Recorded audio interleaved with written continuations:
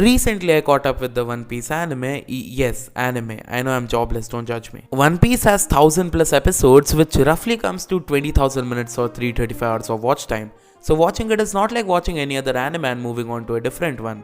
One Piece sinks into our daily life. It kinda gets included in your routine. It's not like I will watch anime from 1 to 3 pm anymore, it's I will watch One Piece from 1 to 3 pm. So naturally, the long length of the show kinda makes it like a journey. And today I am here to share my experiences of this long and wild journey. At the end, I will also talk about if it's worth it or not. Let's begin. The beginning phase mostly comprises your typical anime stuff like getting to know the world, the characters, the power system, and One Piece does a really good job in laying down all these elements. But while watching this phase, I felt something which I didn't really feel in any other anime. It felt like there is so much potential in this world. There is so much that they can do with this fantasy world. It felt like the only limit was the author's imagination. I started to understand why it might be worth to stick with One Piece for this lengthy period of time. But notice the keyword here, might. And this is where we enter the decision phase, more specifically the hour-long Park arc. In my honest opinion, if you are not enjoying One Piece even after completing hour-long Park, just drop it. Because this is the first big shonen arc of One Piece where all the characters introduced so far come together to fight this one big bad villain with no more of a reason than just to save their friend.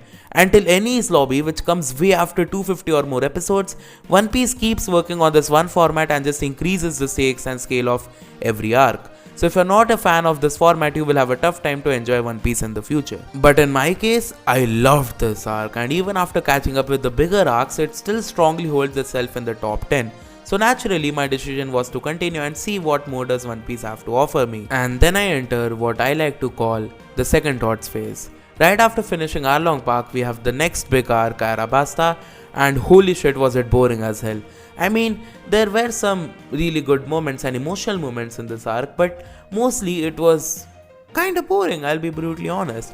The build up to the climax for this arc was so tedious and uninteresting that I almost gave up on One Piece. This was partly because of the infamous pacing issues of the anime started from Arabasta, adapting just 1.5 or 1 chapter per episode, which is almost half of what an average anime shall adapt. And the same goes for Skypiea, the only difference being that the boring build-up was actually worth it at the end.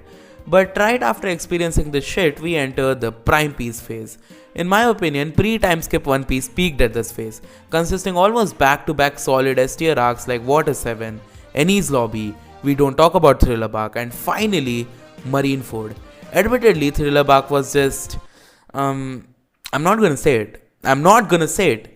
Mid. I know Thriller Bark had some of the best moments of One Piece. A lot of new information about the world was also revealed, and not to mention Brook's amazing backstory at the end. But when you stop focusing on the few good moments of this arc and look at it as a whole, then honestly it's just mid. But keeping this arc aside, this phase was balls to the wall action. I remember completing this entire phase in about a week, which till date I'm not sure if I'm proud or ashamed of it. Probably the latter. And then we enter the no going back phase. If I managed to watch One Piece till the time skip, then congratulations, One Piece has taken over your brain. Cause there is no way in hell anyone can just stop watching One Piece after they have stuck with it for this long amount of time. And that was the case with me as well.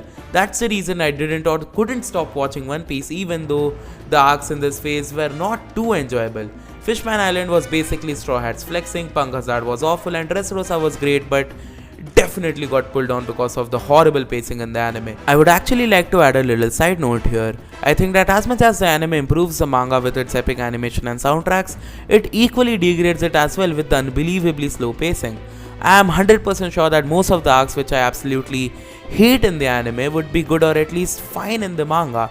And at the end it comes to you. Would you prefer amazing animation but slow pacing, or still frames but good pacing? And then we finally enter the regret phase. The last 2 arcs of One Piece so far, and this is the first time while watching any anime that I kind of felt sad about watching it. Not because it was bad, but I didn't want it to get over. As I reached episode 800, it hit me that this journey will soon come to an end. And I honestly regretted watching the last few episodes.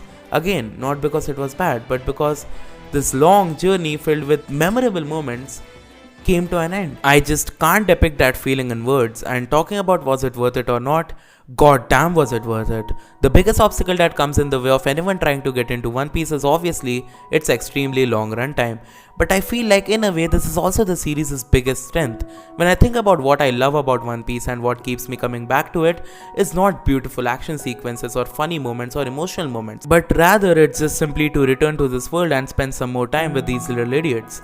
To see them fight and struggle to achieve their personal dreams, to see them just playing around with each other. One Piece needs this long time and it could only be told over years.